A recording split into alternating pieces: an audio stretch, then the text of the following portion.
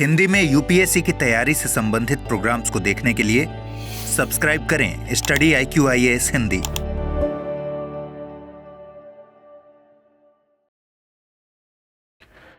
नमस्कार दोस्तों, आप लोगों का स्वागत है। उम्मीद है कि आप लोग बहुत अच्छे होंगे, आपकी तैयारी बहुत अच्छी चल रही होगी। पिछले कुछ दिनों से खबरों में एपिस्टीन फाइल बहुत चर्चा में चल रहा है। एपिस्टीन फाइल, अब एपिस्टीन जो फाइल हैं इनका हमसे बहुत लेना देना नहीं है, मतलब यूपीएससी यहाँ से सवाल नहीं बनाती। लेकिन जब मैं इस खबर को पढ़ रहा था तो कुछ आइलैंड के नाम आ रहे थे। वो आइलैंड हमारे काम के हैं, ज्योग्राफी में, मैपिंग में आप उनको देख पाएंगे। तो मुझे आइडिया आया कि चलो कोई नहीं, एपिस्टीन फाइल अगर चर्चा में है तो यूपीएससी का दिमाग तो चलता ही चलता है और वो अक्सर यहाँ से क्वेश्चन बना ही देती। तो इन आइलैंड के ग्रुप को समझने की कोशिश करेंगे, वो क्या है। सबसे पहले आप समझिए कि जो एपिस्टीन फाइल है क्या। बच्चे, जेफरीज एपिस्टीन करके एक व्यक्ति हैं और एक बहुत बड़े अमेरिकी सेक्स स्कैंडल से जुड़े हुए हैं। और इन फाइल का मतलब है कि उस व्यक्ति को जब सज़ा सुनाई गई तो बहुत सारे सबूत, बहुत सारी ईमेल, बहुत सारे गवाहों के द्वारा बहुत सारी जानकारियां दी गई। उस सारी की सारी जो जानकारियां हैं पिछले काफ़ी लंबे समय से गुप्त रखी हुई थी, लेकिन अब उनका खुलासा होने जा रहा है। तो इसमें बहुत बड़ी बड़ी शख्सियतों के नाम शामिल है। डोनाल्ड ट्रंप का नाम भी इसमें आ रहा है। देखिए, कहते हैं ना कि जो प्रकृति है ये कभी भी आपको सारी चीज़ें लौट कर दे सकती है। जैसे अभी डोनाल्ड ट्रंप कुछ दिनों से जो वेनेजुएला है उस पर आरोप लगा रहे हैं कि आपके यहाँ ह्यूमन ट्रैफिकिंग होती है। और ये जो जेफरीज या एपिस्टीन जो फाइल हैं, इनमें जो सेक्स स्कैंडल है वो जुड़ा इसी चीज़ से है कि यहाँ पर बहुत बड़े लेवल पर ह्यूमन ट्रैफिकिंग होती है। इलीगल तरीके से महिलाओं को लाया जाता है और फिर उनका मिसयूज़ यहाँ पे किया जाता है। और उसी से संबंधित जितनी सारी फाइलें हैं, अगर ये ओपन होती हैं तो बहुत बड़ा हड़कंप मच जाएगा। हालांकि इस तरीके की फाइलें कभी ओपन नहीं होती हैं क्योंकि इनके बहुत इम्पैक्ट पड़ते हैं बड़े लेवल पर, जो पूरे तरीके से इनस्टेबिलिटी लेके आ सकते हैं। तो बहुत सारी बातें तो हमको नहीं पता चलेंगी, लेकिन यूपीएससी ने के लिए एक क्लू छोड़ दिया है कि यहाँ से वो आपका क्वेश्चन बना सकती है। क्वेश्चन क्या बन सकता है उसको समझने की कोशिश करें। देखो, ये सारी की सारी जो चीज़ें हैं ना, यहाँ एक आइलैंड का नाम आपको देखने को मिल रहा है, लिटिल सेंट आइलैंड। लेकिन जो लिटिल सेंट आइलैंड है, यहाँ एक ग्रुप है जिसको हम लोग जानते हैं बेसिकली वर्जिन आइलैंड ग्रुप के नाम से। अभी जो वर्जिन आइलैंड ग्रुप क्या है, इसको एक बार समझने की कोशिश करते हैं। यहाँ ये आइलैंड्स हैं और इन आइलैंड पर बहुत ज़्यादा नियंत्रण होता नहीं है। तो यहाँ बहुत सारी illegal activity, human trafficking, drugs की स्मगलिंग, टेरर, ये सारी चीज़ें यहाँ पे ऑपरेट होती हैं। जितने भी करेबियन आइलैंड हैं वो सारे के सारे करेबियन आइलैंड बहुत खतरनाक हैं। तो करेबियन सी में अवस्थित कुछ आइलैंड्स के ग्रुप हैं। इन आइलैंड्स के ग्रुप्स को एक बार समझने की कोशिश करते हैं, ये क्या है और कैसे यूपीएससी ऐसे क्वेश्चन बना सकती है। तो सबसे पहले आप अगर मुझसे जुड़ना चाहते हैं तो मुझसे जुड़ने के लिए ये मेरा टेलीग्राम चैनल है, आप इसको ज्वाइन कर लीजिए। इस टेलीग्राम चैनल पे आपको पीडीएफ मिल जाएगा। यहाँ आप मुझसे क्वेश्चन पूछ सकते हैं रिगार्डिंग योर यूपीएससी प्रिपरेशन, तो यहाँ पर आ जाइए, ठीक है। अब ये हमारे कोर्सेज चल रहे हैं, 2026 के लिए है, 2027 के लिए, 2028 के लिए।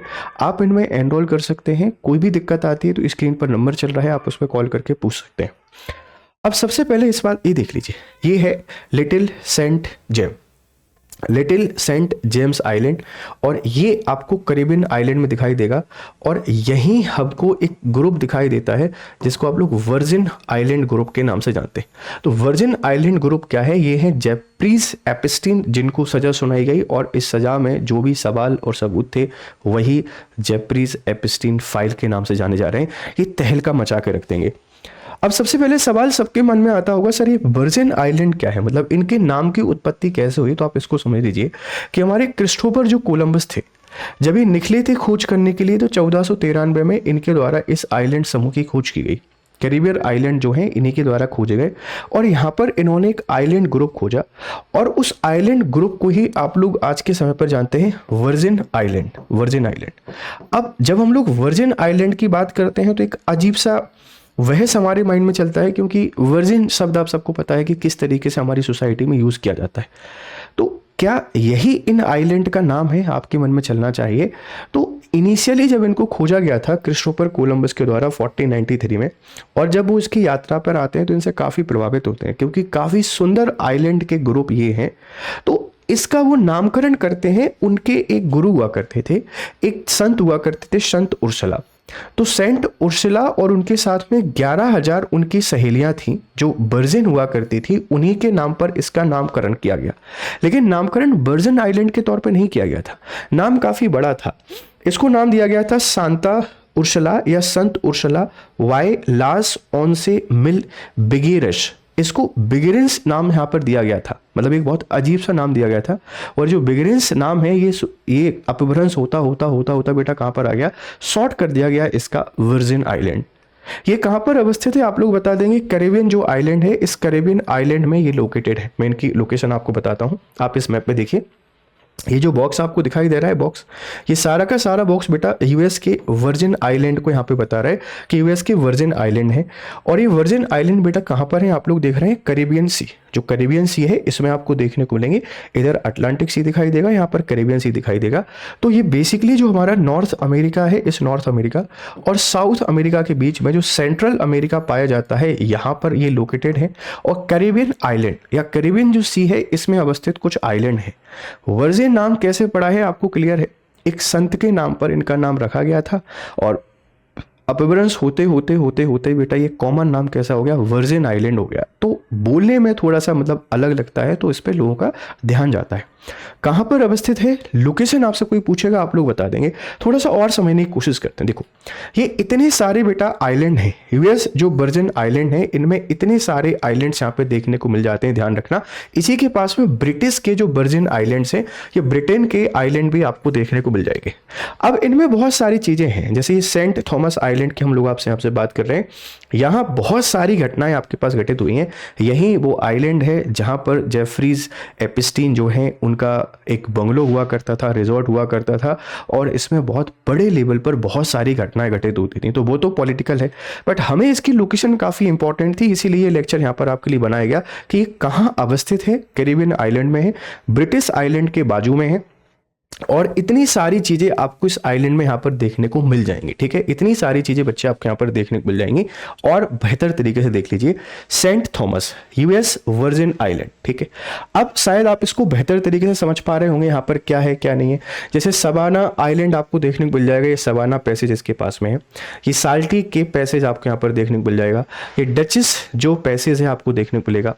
आउटर ब्रास है, इनर ब्रास हमको यहाँ देखने को मिल जाएगा। ठीक है, ये क्राउन माउंटेन बेटा यहीं पर है। ये सेंट थॉमस आइलैंड है, काफ़ी बड़ा है, और ये चार्लेटे आमली इसकी कैपिटल है। चार्लेट आमली इसके कैपिटल है। ये पीटर्सबर्ग पेनिनसुला आपको देखने को मिल जाएगा। लीवार्ड पैसेज हमको यहाँ देखने को मिल जाएगा। हंस लॉलिक आइलैंड बेटा आपको यहीं देखने को मिलेगा। और इसके इधर ये बेटा आपको क्या दिखाई दे रहा है, ब्रिटिश वर्जिन आइलैंड दिखाई दे रहे हैं, जिसमें great Tobago Island, little Tobago Island, Jost Van Dyke, ये ब्रिटिश वर्जिन आइलैंड है, ये यूएसए के।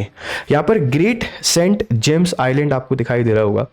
और भी कई सारी चीज़ आप लोग देख सकते हैं कि लिटिल सेंट जेम्स आइलैंड, यहाँ ये भी काफ़ी चर्चा में, यहाँ भी इनके रिजॉर्ट हुआ करते थे, जहाँ पे बहुत सारी एक्टिविटी ये लोग कर रहे थे। ठीक है, फिर ये हर्स्ट आइलैंड है, वाटर आइलैंड है। ठीक है, ये सारी चीज़ें आप लोग याद रखना। ये वक आइलैंड, ये कैपेला आइलैंड, ये सारे के सारे हैं कहाँ पर, कैरेबियन आइलैंड में है, सॉरी कैरेबियन सी में है और अटलांटिक ओशन के पास में। तो इनकी लोकेशन हमारे लिए काफ़ी इंपॉर्टेंट हो जाती है, प्लीज़ आप इसको देख लीजिएगा। अब इनकी थोड़ी बातों को समझने की कोशिश करते हैं। देखो, अरबपतियों की अय्यासी का ठिकाना है यूएस का वर्जिन आइलैंड पर मौजूद एपिस्टीन का ये बंगला है। इतने में खरीदा था 1998 में। 71 एकड़ में फैला हुआ है, 54 फुटबॉल फील्ड्स के बराबर है। पार्टियों की मुख्य जिसमें ये नाबालिग लड़कियों का यौन शोषण होता था, लिटिल सेंट जेम्स आइलैंड बेटा, ये जो मैं आपको बता रहा था लिटिल सेंट जेम्स आइलैंड, ये वाला। ये ग्रेट सेंट जेम्स है, इसके नीचे लिटिल सेंट जेम्स है। ये वही सेंट है जो संत हैं, जो याद कीजिए जिनके नाम पर इसका नाम रखा गया। ये लिटिल सेंट है और ये ग्रेट सेंट है। इसके पास में बड़ा जो आइलैंड है, आप इसको जानते हैं सेंट थॉमस आइलैंड के नाम से। इसके बिल्कुल नीचे आपको दिखाई दे रहा है, प्लीज आप इसको थोड़ा सा याद रखिएगा। यहाँ पे क्या हो रहा है, बहुत बड़े लेवल पर लड़कियों का शोषण किया जाता था, और इसी में डोनाल्ड ट्रंप का नाम आ रहा है। पूरी राजनीति बदल कर रखी हो जाएगी। ठीक, अब इसमें बहुत सारी चीजें लिटिल जेम्स आइलैंड में, यहां आपको जिम, म्यूजिक पवेलियन, सारी चीजें देखने को मिलेंगी और सब कुछ है, सब कुछ यहाँ मिल जाता है। और बहुत बड़े लेवल पर यहाँ पर ह्यूमन ट्रैफिकिंग के उदाहरण हमको देखने को मिलते थे। ठीक, एपिस्टीन आइलैंड पर आने वाले सबसे ज्यादा लोग कहाँ पर हैं, 2016 से 19 के बीच में। देखो, ये अमेरिका के ही हैं सब लोग, Michigan, Texas, camp island, New York, Manchester, Florida, Kyiv Ukraine से भी आते हैं और ऑस्ट्रेलिया से। यहाँ से आने वाले लोग रहे हैं, इंडियन या एशिया के किसी बड़े का नाम इसमें नहीं आया है, ध्यान रखिएगा। अब देखो, जो यूनाइटेड स्टेट्स के वर्जिन आइलैंड, इनके बारे में, United States Virgin Island Caribbean सागर में अवस्थित है। कैरिबियन सागर में प्यूर्टो रिको के लगभग 64 किलोमीटर 40 मील पूर्व में, जो प्यूर्टो रिको है इसके 64 किलोमीटर यानी कि जो 40 है ना, 40 मील पूर्व है, यहां पर ये अवस्थित है, इस बात को ध्यान रखना। प्रमुख द्वीप मेजर आइलैंड की कोई बात करेगा तो सेंट थॉमस आइलैंड है, राजधानी यहीं पर स्थित है, राजधानी मतलब इसमें जो इंपॉर्टेंट द्वीप है वो सेंट थॉमस द्वीप है। सेंट जॉन प्राकृतिक एवं राष्ट्रीय उद्यान, यहाँ पर प्राकृतिक वन और राष्ट्रीय उद्यान के लिए जाना जाता है। सेंट क्रॉय ये सबसे बड़ा द्वीप है। जैसे आपसे पूछेगा वर्जिन आइलैंड की कैपिटल क्या है, आप बता देंगे कि जो सेंट थॉमस है, ये सेंट थॉमस जो आइलैंड है इसमें इनकी कैपिटल मैंने आपको बताया था, चार्लेट अमाला जो है इनकी कैपिटल है वो इसी में अवस्थित है। सेंट जॉन जो जाना जाता है प्राकृतिक वन एवं राष्ट्रीय उद्यान के लिए जाना जाता है, और सेंट क्रॉय जो है बेटा ये सबसे बड़ा द्वीप है। कुल मिलाकर लगभग 50 छोटे छोटे द्वीप व केज हैं, छोटे छोटे द्वीप और केज आपको यहाँ पे देखने को मिल जाएंगे, इस बात को ध्यान रखना। ये कुछ बेसिक सी बातें। अब इनकी राजनीतिक स्थिति की बात करें तो अमेरिका का संगठित लेकिन गैर समाहित क्षेत्र है, अनकॉर्पोरेटेड क्षेत्र है, मतलब इसको अमेरिका में इन्होंने शामिल नहीं किया है। यहाँ के नागरिक अमेरिकी नागरिक हैं, राष्ट्रपति चुनाव में मतदान का अधिकार नहीं है, कांग्रेस में केवल नॉन वोटिंग डेलीगेट हैं, मतलब कांग्रेस में शामिल है पर नॉन वोटिंग डेलीगेट है। आप लोग कह सकते हैं एक सशर्त एक्वायर्ड रीजन है जिसको कुछ फ्रीडम इन्होंने दे रखी है। राष्ट्रपति के चुनाव में वोटिंग नहीं डालते हैं, अमेरिका के नागरिक हैं, कांग्रेस का हिस्सा होते हैं, लेकिन वोट यहाँ पे नहीं कर पाते हैं। ये इनकी राजनीतिक और प्रशासनिक स्थिति है। अब देखो राजधानी बेटा इनकी क्या है, शार्लेट अमाली है, शार्लेट अमाली जो कि सेंट थॉमस में अवस्थित है। प्रशासन अमेरिकी संविधान आंशिक रूप से लागू है, मतलब स्ट्रिक्टली लागू नहीं है, आंशिक रूप में पार्शली लागू है, और पार्शली लागू होने के कारण ही इतनी सारी गलत घटनाएं यहाँ पर देखने को मिल जाती हैं। जलवायु और भूआकृति की बात करते हैं तो उष्णकटिबंधीय जलवायु है, ट्रॉपिकल क्लाइमेट है, वर्षभर गर्म व आर्द्र मौसम रहता है, वर्षा होती है, मौसम गर्म रहता है, पर्वतीय व ऊबड़ खाबड़ भूभाग व प्रवाल भित्तियां यहाँ पर पाई जाती हैं। तो ये इसकी कुछ भौगोलिक स्थिति है किसकी, वर्जिन आइलैंड की, ध्यान रखना। अब पर्यावरणीय व संरक्षित क्षेत्र की बात करते हैं तो वर्जिन आइलैंड नेशनल पार्क है सेंट जॉन आइलैंड पर, वक आइलैंड रीफ नेशनल मॉन्यूमेंट है सेंट क्रॉय के पास में। समुद्री जैव विविधता व प्रवाल तंत्र यहाँ पर पाए जाते हैं। अगर इतिहास की कोई बात करेगा तो 1793 में क्रिस्टोफर कोलंबस के द्वारा इसकी खोज की गई थी। आपको याद कीजिए पुर्तगाल का व्यक्ति कोलंबस जो इंडिया की खोज के लिए निकला था, वेस्ट इंडीज पहुंच गया था कैरिबियन आइलैंड में, इसने ही इनकी खोज की है। 17वीं 18वीं सदी में डेनमार्क का उपनिवेश बन गया, डेनमार्क ने इसको अपनी कॉलोनी बना लिया। 1917 में अमेरिका ने डेनमार्क से $25 मिलियन में इसको खरीद लिया, ठीक है, और इसके बाद नाम पड़ा यूनाइटेड स्टेट वर्जिन आइलैंड। तो कोलंबस के द्वारा इनकी खोज की गई, डेनमार्क का उपनिवेश बन गया, फिर इसको बाद में जब हम लोग देखते हैं तो खरीदा गया यूनाइटेड स्टेट्स ऑफ अमेरिका के द्वारा, और यूनाइटेड स्टेट्स वर्जिन आइलैंड इनका नाम यहाँ पे पड़ गया। तो ये पूरे के पूरे आइलैंड हैं, और हमारी यूपीएससी यहाँ से सवाल बनाएगी तो प्लीज़ आप इसको थोड़ा देख लीजिएगा। एपिस्टीन फाइल हमारे लिए उतनी इंपॉर्टेंट नहीं है, हमारे लिए इनकी लोकेशन इंपॉर्टेंट थी कि यूएसए नॉर्थ और साउथ यूएसए के बीच में है, करीबियन आइलैंड है, सेंट्रल आइलैंड है, सॉरी जो करीबियन आइलैंड है या करीबियन जो हमारा सागर है उसमें अवस्थित है। अटलांटिक ओशन हमको देखने को मिल जाता है, वर्जिन आइलैंड के वेस्ट में अवस्थित है। किसने इनकी खोज की थी, किसका शासन चला था, अमेरिका के पास कब आए, कितने द्वीप हैं, बड़ा द्वीप कौन सा है, नेशनल पार्क कौन से है, ये सारी चीज़ें हमारे एग्जाम के पॉइंट ऑफ व्यू से काफ़ी इंपॉर्टेंट हो जाती हैं। अब देखो यूनाइटेड स्टेट्स वर्जिन आइलैंड के संदर्भ में निम्नलिखित कथनों पर विचार कीजिए।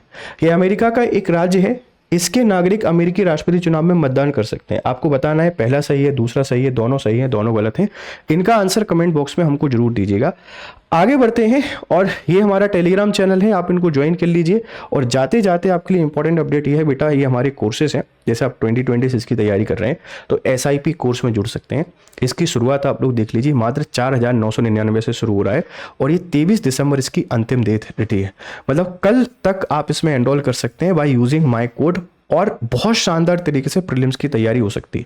आप 2027 की तैयारी कर रहे हैं, आपको GS फाउंडेशन कोर्स की आवश्यकता है, GS फाउंडेशन, और इस GS फाउंडेशन के लिए बहुत बढ़िया टीम की आपको आवश्यकता है जो बढ़िया तरीके से आपको गाइड कर सके, और ये आपको मिल जाएगा मात्र 10,999 रुपये में by using GS live code. आप मेरे इस कोड के साथ इसमें जुड़ सकते हैं, और 26 दिसंबर से बैच की शुरुआत हो रही है।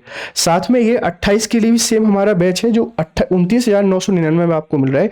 3 साल तक पूरा GS फाउंडेशन पढ़िए, नोट्स आपको मिलेंगे, क्रक्स आपको मिलेंगे, और पूरी आपकी जो प्रिपरेशन है ये बेहतर तरीके से यहाँ पे हो जाएगी। तो बढ़िया तरीके से तैयारी करने के लिए स्टडी IQ से जुड़िए और फिर मिलते हैं आपसे क्लासेस में। तब तक खुश रहें, मस्त रहें। Have nice day, good day to all. Hindi में UPSC की तैयारी से संबंधित प्रोग्राम्स को देखने के लिए सब्सक्राइब करें स्टडी IQ IAS हिंदी।